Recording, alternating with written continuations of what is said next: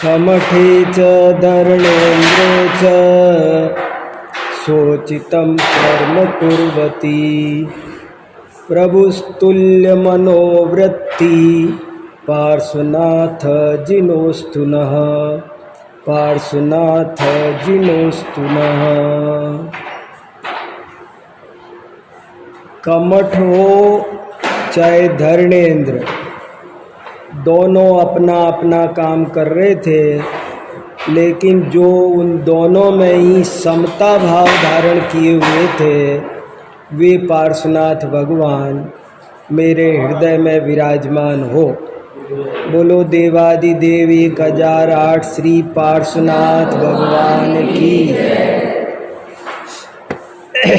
देखो, आज मैंने आपको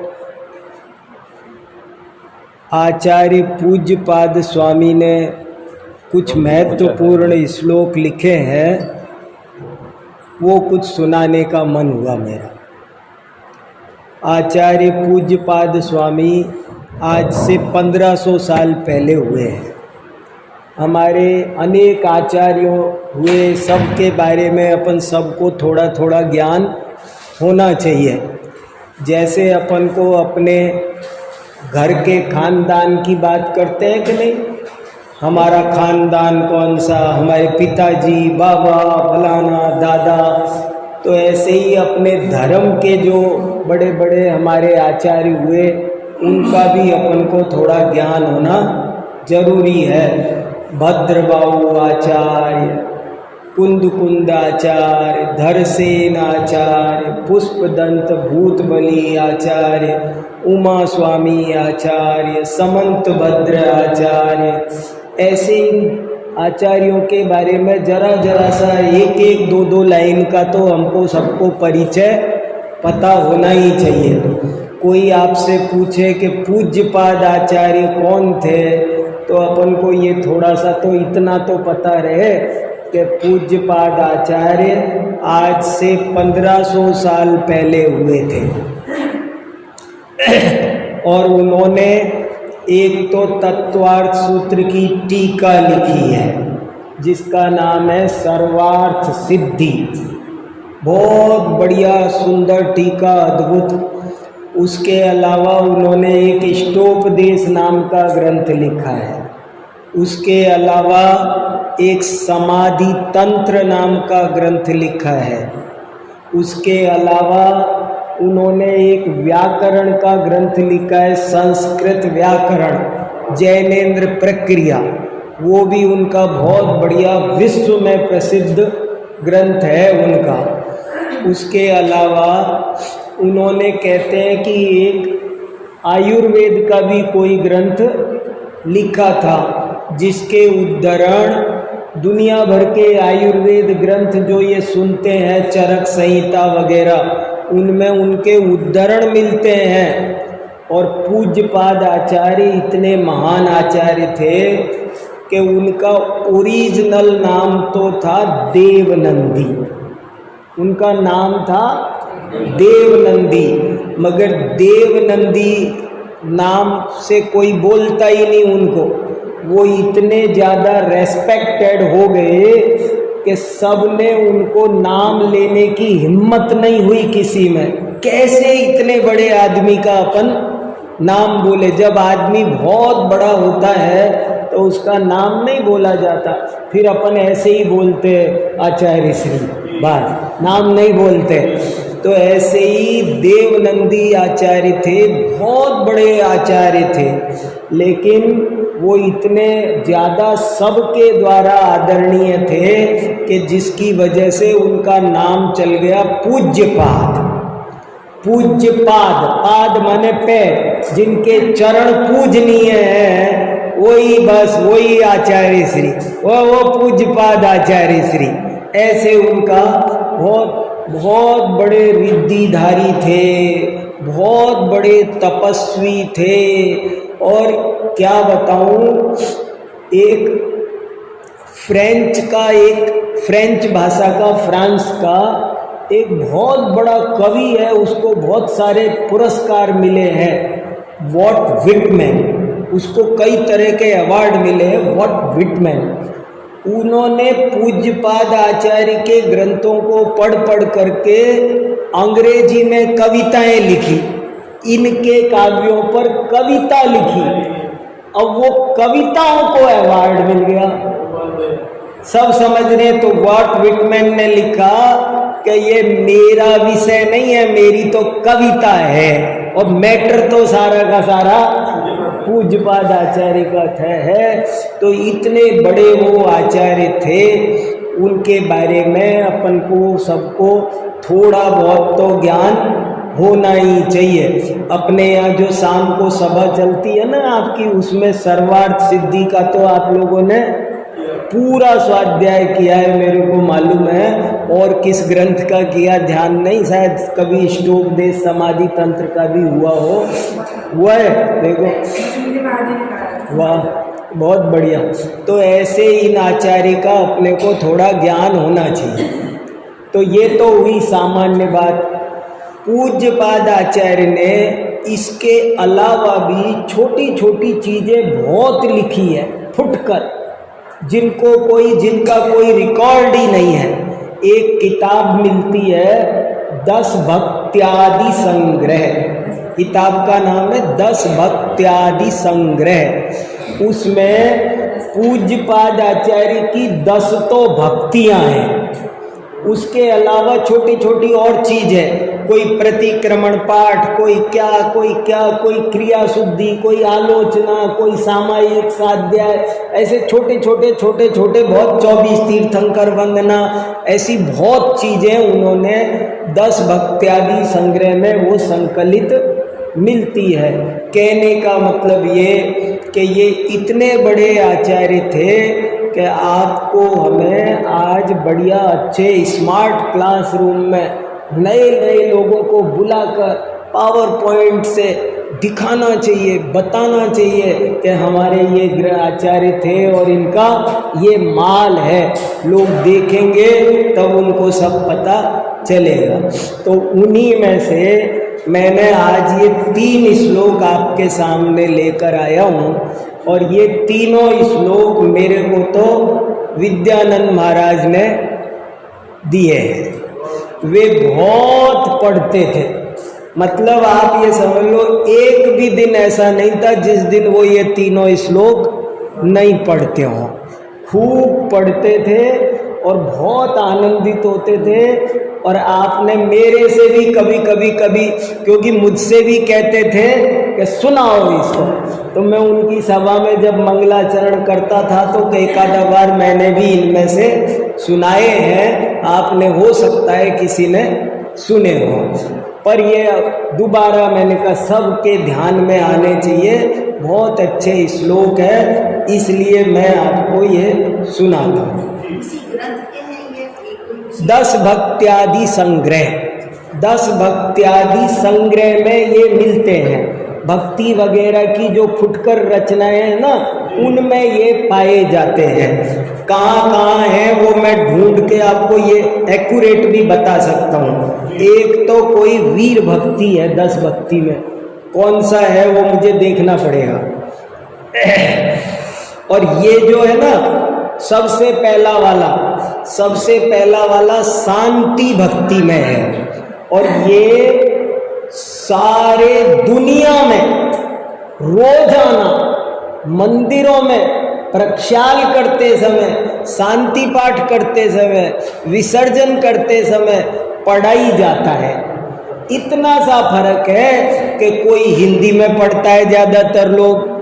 ये वाला श्लोक जो पहला वाला है ना, इसको ज़्यादातर लोग हिंदी में शास्त्रों का वो पठन सुखदा लाभ सत्संगति का, अपन हिंदी में जो बोलते हैं वो हिंदी वाला आपको, अब मैं आज आपको ओरिजिनल माल दिखा रहा हूँ। आप लोकल तो रोज देखते हो, तो वो ओरिजिनल ये चीज़ है। आज डॉक्टर साहब नहीं आए क्या, डीसी जैन साहब? कोई बात नहीं, देखो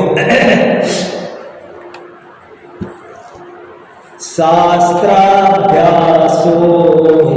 जिन पतिनुति संगति सर्वदा यही सद्व्रतानां गुणगण कथा दोषवादे च मौनं सर्वस्यापि प्रियहितवचो भावनाचात्मतत्त्वे सम्पद्यन्तां मम भवे यावदेते प्रवर्ग। ये श्लोक मैं आपके लिए अपने हाथ से टाइप करके लाया हूँ, और इसलिए टाइप करके लाया हूँ खुद कि मेरे को कई किताबों में मैंने देखा तो अशुद्धियाँ मिली बहुत, तो मैंने कहा मैं कहाँ तक ठीक कराता फिरूँगा, तो मैंने उनको बढ़िया से लिख के अपने हाथ से टाइप करके कंप्यूटर पर बैठ के उसका हिंदी अर्थ लिख के और ये बढ़िया से प्रिंट निकलवा के मैंने कहा सबके हाथ में होंगे। अब मैं ये नहीं लाता तो भी आपको आनंद नहीं आता, मैं ही पढ़ता रहता। आपके हाथ में होना चाहिए, आपको ये विश्वास होना चाहिए कि जो मैं कह रहा हूँ वो वही बात है। मैं मेरे मन से, आप यहाँ जिनवाणी सुनने बैठे हो कि मनमानी? मेरी मनमानी सुनाऊं तो सुन लोगे? नहीं, सब जिनवाणी सुनने बैठे हैं। तो जिनवाणी सुनना है तो जिनवाणी में होना चाहिए ना ये बात, इसलिए ये लेके आया हूं। देखो पूज्यपाद, हेडिंग क्या डाला मैंने? हेडिंग डाला है पूज्यपाद स्वामी की हार्दिक भावना। हार्दिक माने अपन अपनी ठेठ भाषा में बोलो तो दिली ख्वाहिश। जैसे अपन कुछ भी पूछे, मैं पूछूं सुदेश जी आपको क्या क्या चाहिए, तो छोटी छोटी बात बोल देंगे मेरे को ये वाली टेबल चाहिए। फिर मैं पूछूंगा नहीं आप ऐसी बताओ जो जिंदगी की खास आपकी इच्छा हो। आप अपने मन की ऐसी बात आज मेरे से कह दो कि जो जिंदगी की खास इच्छा हो आपकी, क्या चाहते हो। ये तो समझ गया छोटी सी बात के ये रुमाल है, ये नहीं, दिली ख्वाहिश क्या है। तो पूज्यपाद भगवान से, आचार्य से भी किसी ने पूछा कि आपकी दिल की इच्छा बता दो आज, तो वो दिल की इच्छा बता रहे, मेरे दिल की इच्छा बता रहा हूं मैं। बोले कुछ हो या ना हो पर क्या चाहिए मेरे को। तो देखो वो क्या कह रहे, और भगवान से कह रहे। ये तीनों श्लोक भगवान के सामने पढ़ने के हैं। वे भगवान से कह रहे हैं कि भगवान मेरे को क्या चाहिए। अब आप भी सोच लो, कोई महावीर जी जाता है, कोई तिजारा, कोई पदमपुरा, तो अपन भगवान से क्या चाहिए, क्या चाहिए सोचना। दुनिया क्या क्या मांगती है, मैं बताना नहीं चाहता कुछ भी, क्या फायदा बताने से। क्या क्या मांगते हैं, उटपटांग चीजें मांगते हैं। जो महावीर भगवान खुद ब्रह्मचारी हैं, उनसे कहते हैं हमको बेटा दे दो। क्या, पर ये कह रहे मुझको क्या चाहिए। तो देखो वो क्या कह रहे, क्या चाहिए मुझको। तो बोले मुझे पहले नंबर पर चाहिए शास्त्राभ्यास हो। हे भगवान, मेरी जिंदगी में एक भी दिन ऐसा नहीं जाना चाहिए कि जिस दिन मैं थोड़ी सी देर स्वाध्याय नहीं करूं। पहली इच्छा, कुछ भी होने दो, चाहे कोरोना फैले, चाहे कुछ हो, आंधी आए, तूफान आए, भूकंप आए, कुछ आए, जो आता हो सो आता हो, चाहे घर में बेटा बेटी की शादी हो, पर मेरा स्वाध्याय छूटना नहीं चाहिए। कितनी बड़ी बात, अपन छोटी छोटी बात के लिए छोड़ देते हैं। अपन जरा जरा सी बात आ जाए ना, कोई भी, आज क्यों नहीं स्वाध्याय किया, ऐसे ही नहीं किया, आज कुछ मन सा नहीं लग रहा था, गर्मी सी लग रही थी, ऐसे ही नहीं किया। और ये क्या कह रहे हैं कि कितनी भी बड़ी दिक्कत आए पर स्वाध्याय के बिना तो एक भी सूरज छिपना मेरी जिंदगी का एक भी सूरज स्वाध्याय के बिना छिपना नहीं चाहिए। भगवान से ये मांग रहे। कभी ऐसी दिली इच्छा अपनी हुई? सोचो, देखो क्या कह रहे। पहली इच्छा शास्त्राभ्यासो, दूसरी इच्छा जिन पति नुति, और रोजाना मैं, हे भगवान, जिनपति माने जिनेंद्र भगवान, मैं रोजाना भगवान को नमस्कार जरूर करूं। डेली मेरे भक्ति पूजा स्तुति जरा सी हो जाए, ज्यादा कम की सवाल नहीं है, पर होना चाहिए। बड़े महाराज जी कहते थे ना, कितनी बार अमृत घड़ा भर के पीने की जरूरत नहीं है, एक चम्मच भी पियो तो फायदा करेगा। तो जरूरी नहीं कि भाई मैं 4 घंटे पूजा में बैठ पाऊं, कोई बात नहीं, पर 4 मिनट तो बैठूं। 24 घंटे में 24 मिनट तो ये काम करूं। तो पहला काम हुआ स्वाध्याय, और दूसरा काम हुआ भक्ति, भजन, पूजन, देव दर्शन, कुछ भी कह दो। जिनपति नुति का मीनिंग लगा लो।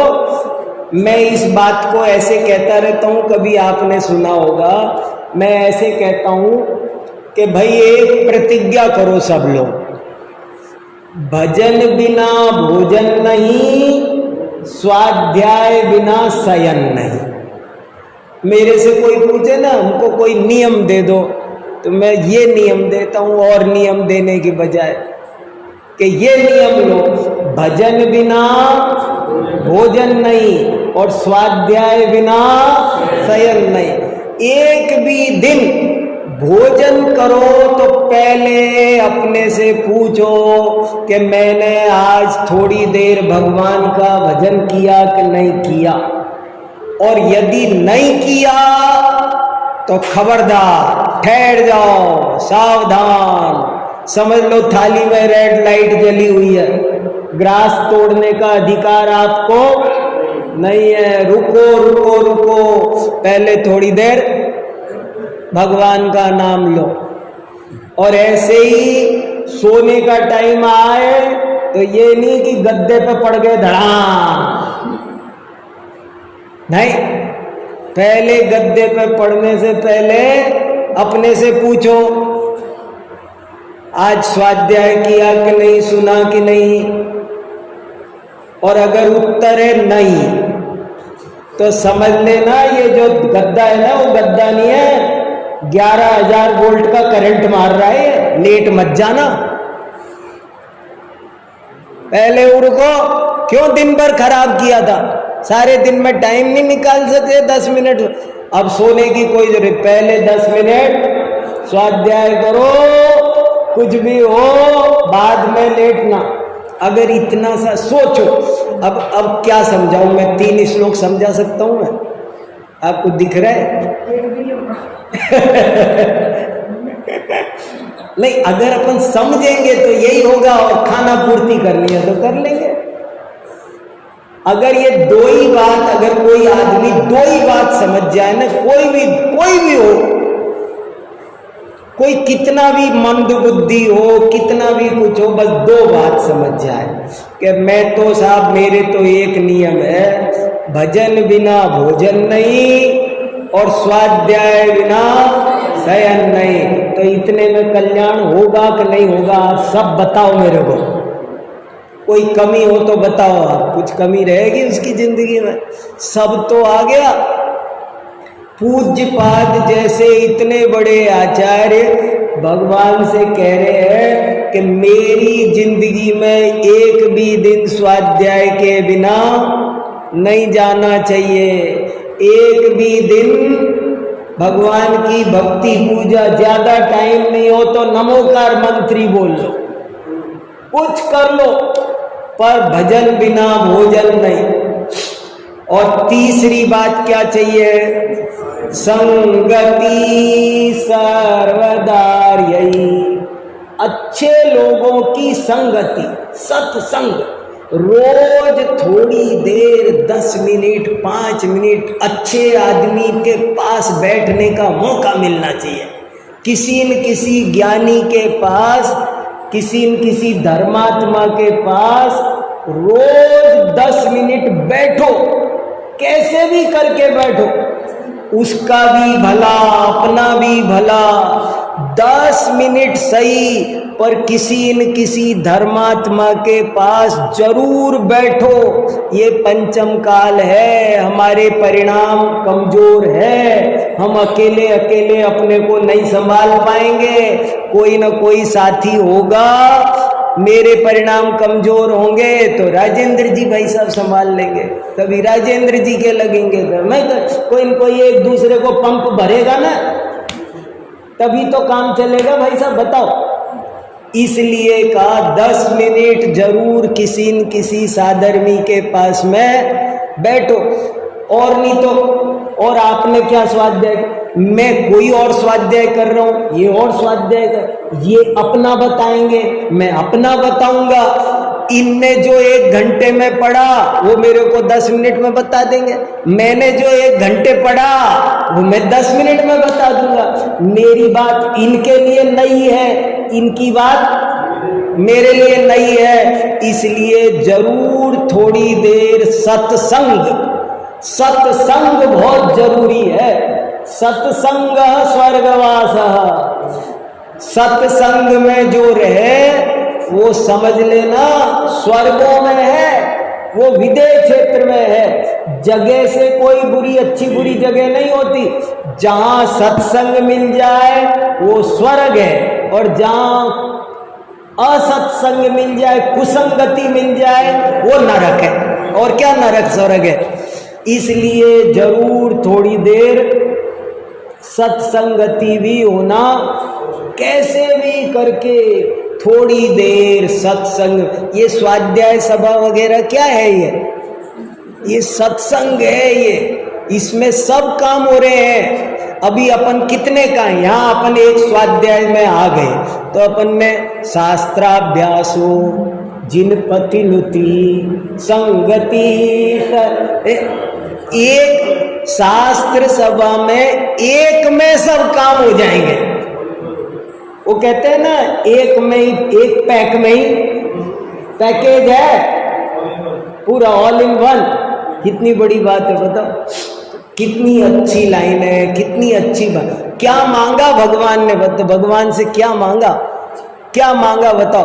अपन कहते हैं ना, जाचौ नहीं सुरवास पुनि, नर राज परिजन साथ जी, बुध जाचहूं तुम भक्ति भव भव, दीजिए शिवनाथ जी। क्या मांगा बताओ, क्या मांगा। मुझे स्वर्ग नहीं चाहिए, जाचहूं नहीं सुरवास पुनि, स्वर्ग भी ठुकरा दिया। कैसे, अपन कितने सारे भजन देख लो, जग के दुख की तो परवाह नहीं है, स्वर्ग सुख की भी चाह नहीं है। दुख और सुख से पार, दुखों का डर नहीं और सुखों की इच्छा नहीं, तो क्या चाहिए। मेटो जामन मरण होवे ऐसा यतन, पारस प्यारा, मेटो मेटो जी संकट हमारा। इस भजन का ऐसा अर्थ कौन जानता है। सबने इस भजन को जाने कौन से संकट मिटा। जो कह रहा है कि मुझे दुनिया के दुखों की परवाह नहीं है, वो कौन सा संकट मिटाना चाह रहा है। जन्म मरण का संकट, मेटो जामन मरण कितनी बढ़िया बात है। शास्त्राभ्यासो जिनपति नुति संगति, सर्वदा यही सद्व्रतानां गुण गण कथा दोषवादे च मौनम। और चौथी बात क्या चाहता हूं कि मैं हमेशा गुणगान करूं, गुण देखूं, मैं अच्छाई देखूं और अच्छाई बोलूं, बोलना पड़े तो अच्छाई बोलूं, मैं गुण ही देखूं और गुण ही बोलूं, और दोष कहने की सुनने की बारी आए तो मौनम, दोष वादे च मौनम। कितनी बढ़िया बात है ये, मतलब पॉजिटिव रहूं, मैं कोई भी बात हो तो उसके गुण देखूं, कोई भी चीज हो दुनिया में, ये तो दुनिया है, ये तो दुनिया है, यहाँ तो हर चीज में गुण और दोष दोनों ही भरे पड़े हैं। मैं गुण ही गुण देखूं, दोष कभी भी किसी के नहीं देखूं। हर बात में, हर घटना में आज जो आदमी गुण देखना सीख गया उसका बेड़ा पार है, और जो कमी देखेगा ना, एक आदमी तो मंदिर भी आएगा ना तो कमी देखेगा कुछ, ये घड़ी यहाँ क्यों लगा दी, ये यहाँ क्यों कर दी, एक तो कहे, पर एक आदमी गुण ही गुण देगा। एक आदमी से दो तरह के आदमी होते हैं, एक आशावादी, एक निराशावादी। एक आदमी से आप ये कहो ना कि देखो भैया कितना बढ़िया दोपहरी हो रही है, कितना अच्छा दिन खिला हुआ है, बहुत बढ़िया, तो वो कहेगा ठीक है, पर है ना थोड़ी देर बाद तो रात ही हो जाएगी, पूरी रात अंधेरी, रात ही हो जाएगी फिर भी। और एक दूसरे आदमी से हमने शाम को कहा कि वो भैया रात आ गई, रात हो जाएगी, तो कहने लगा तो क्या हुआ, फिर सुबह हो जाएगी, सारा दिन बहुत बढ़िया रहेगा। एक को हम रात बता रहे हैं और वो उसको दिन के देख रहा है, और एक को दिन दिखा रहे हैं और वो मूर्ख रात देख रहा है। हर चीज में गुण देखना सीखो, पॉजिटिव बनो, कुछ भी हो कहीं पर कमी देखने की बहुत गंदी आदत होती है। कमी देखने वाला कभी जिन दुनिया में सुखी नहीं रहता, और पाप बंद भी बहुत करता है। मैं एक कहानी सुनाता रहता हूँ ना, एक आदमी घूमने गया, बहुत बढ़िया कहानी है।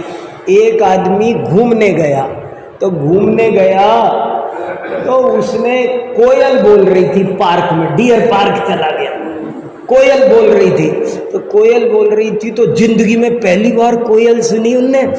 ओहो, उसको ऐसे लग रहा था जैसे कोई कान में मिश्री घोल रहा हो, बहुत अच्छा लग रहा था, आनंद आ रहा था। लेकिन वो है ना उस कोयल को देख करके कहता है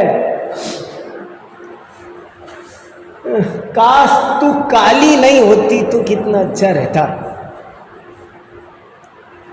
और वो आगे बढ़ा, आगे बढ़ के रोज गार्डन पहुंच गया, वहाँ गुलाब खिले थे बहुत अच्छे, वो भी उसने आज देखे, अरे इतने बढ़िया बढ़िया गुलाब, तो मन खुश हो रहा है खूब। मगर चलते चलते कहने लगा, अरे काश तेरे अंदर कांटे नहीं होते तो कितना अच्छा होता। फिर झील किनारे जा बैठा, हाथ पैर धोए, करे सब कुछ करे, कहने लगा काश तू खारी नहीं होती तो कितना अच्छा रहता। खारा समुंदर खारा होता है ना, इतना बढ़िया समुंदर, और तू खारा नहीं होता।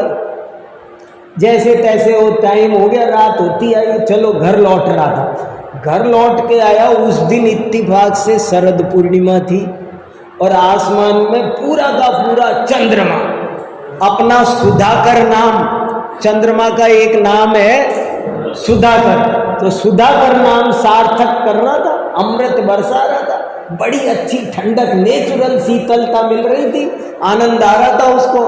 तो उसको आनंद आ रहा था, मगर वो ऐसे देख के कह रहे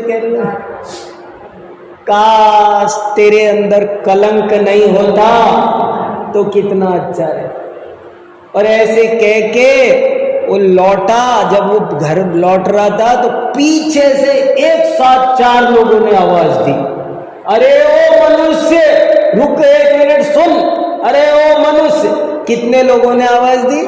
4। कौन थे ये 4? समझ में आ गया? एक तो कोयल, एक गुलाब, एक समुंदर और एक वो चंद्रमा। इन चारों ने मिलके आवाज दी। क्या आवाज दी? अरे ओ मनुष्य, अरे ओ सृष्टि के सुंदरतम प्राणी, अरे ओ 84 लाख योनियों में दी बेस्ट, 84 लाख योनियों में दी बेस्ट, अरे ओ मनुष्य, तू कितना बढ़िया है रे, कितना बढ़िया है रे। पर काश तेरे अंदर ये कमी देखने की आदत नहीं होती तो कितना बढ़िया होता, तू साक्षात भगवान होता, तू साक्षात भगवान होता। तेरे में कमी देखने की आदत नहीं होती। तो ये कमी देखने की आदत है ना, ये बहुत बीमारी है, ये गंदी। जैसे बुखार जुकाम का इलाज कराते हैं ना, ऐसे इसका इलाज कराना चाहिए। तो इसलिए कहा कि मैं कभी भी दोष बोलने में, वो कह रहे मैं कभी किसी के दोष ना बोलूं और क्या करूं? सर्वस्यापि प्रिय हित बचो भावना तत्वे। और मैं जब भी बोलूं, किसी से भी बोलूं, कभी या तो मौन रखूं और बोलूं तो अच्छे वचन बोलो, या तो मौन रहो और बोलो तो सही बोलो। ये नहीं बोलना चलेगा मगर गलत बोलना। ऐसे ही संगति के बारे में है, कोई संगति ना मिले तो चलेगा पर कुसंगति नहीं मिलनी चाहिए। वो शांति सागर महाराज कहते थे, बोले गौशाला खाली रहे तो चलेगा पर मरखनी गाय नहीं चाहिए। गौशाला खाली रहे। और संगति के बारे में और एक वो बहुत अच्छी बात कहते थे, बोले देखो ये अंगूठी में नग लगाते हैं नहीं, अंगूठी में नग, तो अंगूठी होती है सोने की और उसमें नग लगाते हैं। तो नग किस में लगाते हैं? लोहे में, सोने में। तो तुमको भी नग बनना हो तो सोने जैसे लोगों के बीच बैठो, जो सोने से गिरेगा वो नग बनेगा, लोहे से गिरेगा तो नग नहीं बनेगा। इसलिए अच्छी संगति बहुत जरूरी है जिंदगी में। कुसंगति से लाखों लोग बर्बाद हो रहे हैं। नए नए बच्चे कहाँ पढ़ने जाते हैं और कुसंगति मिल जाती है। एक कुसंगति सारी जिंदगी बर्बाद करने के लिए काफी है। और एक क्षणमपि सज्जन संगति रेखा, ऐसे ही किसी को क्षण भर अच्छी संगति मिल जाए तो वो तिर जाता है उससे। इसलिए तो सर्वस्यापि प्रिय हित वचो भावना चात्म तत्वे। और हमेशा अपने आत्म तत्व की भावना रहे। जब देखो तब 24 घंटे क्या रहना चाहिए? हूँ स्वतंत्र निश्चल निष्काम ज्ञाता दृष्टा आत्मा। ये शरीर भी हमारा नहीं, ये परमाणु मात्र शरीर भी हमारा नहीं तो और दूसरी चीज क्या है? इसलिए मैं सबसे हित मित प्रिय वचन बोलूं और हमेशा अपने आत्म तत्व की भावना रखूं। संपद्यन्ता मम भव भवे यावदेव वर्ग। और ये बातें इस जन्म के लिए ही नहीं, ये अच्छा इस जन्म में तो ऐसा हो जाए फिर अगले जन्म में मैं खूब ठाठ बाट से बहुत बड़ा चक्रवर्ती राजा बन जाऊं, अगले जन्म में मैं इंद्र बन जाऊं। ऐसे लिखा है? कुछ नहीं लिखा। अगले जन्म में भी यही मिले और अगले में और उससे अगले में, कब तक? यावदेते वर्ग। और देखो, जब यावत माने जब तक, अपवर्ग माने मोक्ष। जब तक मुझे मोक्ष नहीं मिले तब तक ये सब मिले।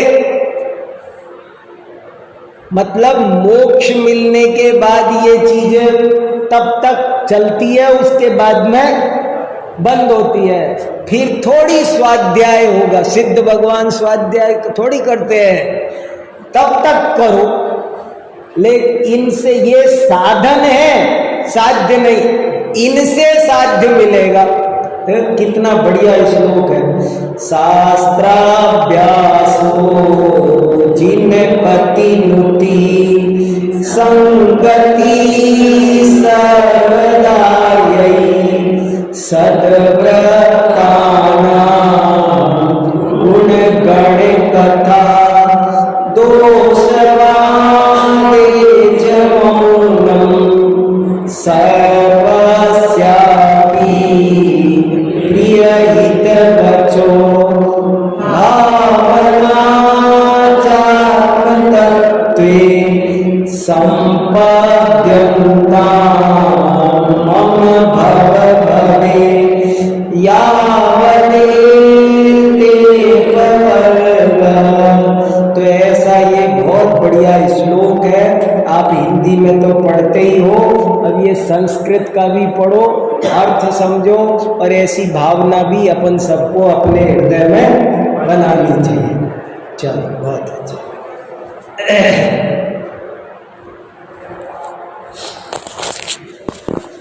ठीक है।